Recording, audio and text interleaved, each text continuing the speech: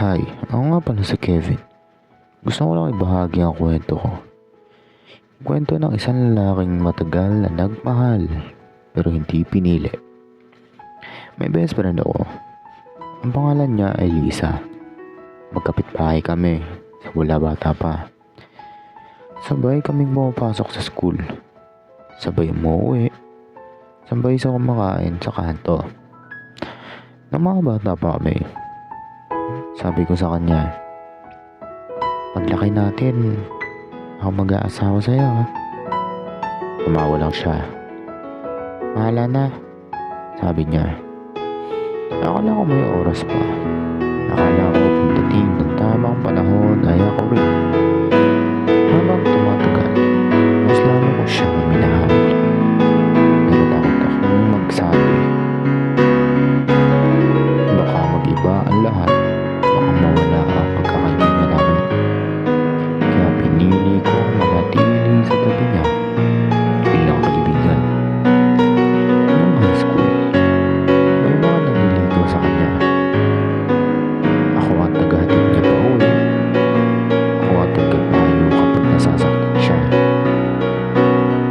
Hindi siya nag-text, sabi niya minsan.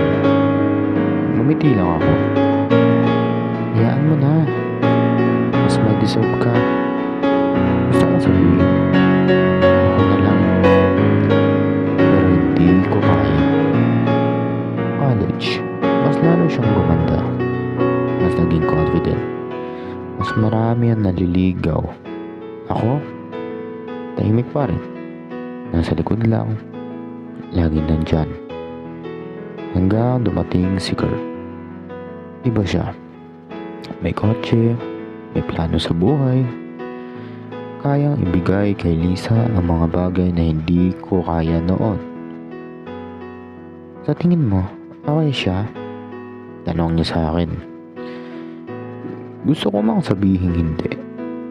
Gusto kong sabihin na ako ang mas babagay sa kanya. Pero tinanong ko siya, masaya ka ba? Oo, sagot niya. Kung masaya ka, suportado kita.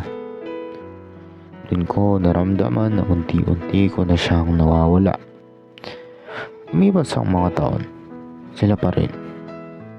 Ako pa rin ang takbuhan niya kapag may problema sila. Ako pa rin ang laging nandyan. Hanggang isang araw, inabot niya sa akin ang invitation. Kasala nila. Parang may kumirot sa dibdib ko, pero ngumiti pa rin ako. Best man ka, sabi niya. Sa araw ng kasal, nakita ko siya nakaputi. Ang ganda niya. Parang yung batang kalaro ko noon dati. Pero ngayon, ikakasal na sa iba.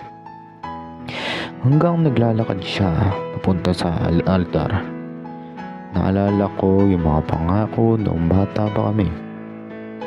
Nandito ako sa tabi niya. Pero hindi ako ang pinili niya.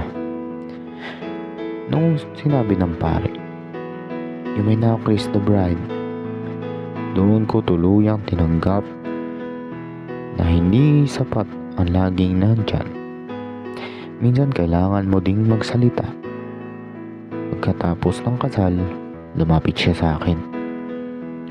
Salamat ha. Buti na lang lagi ka nandyan.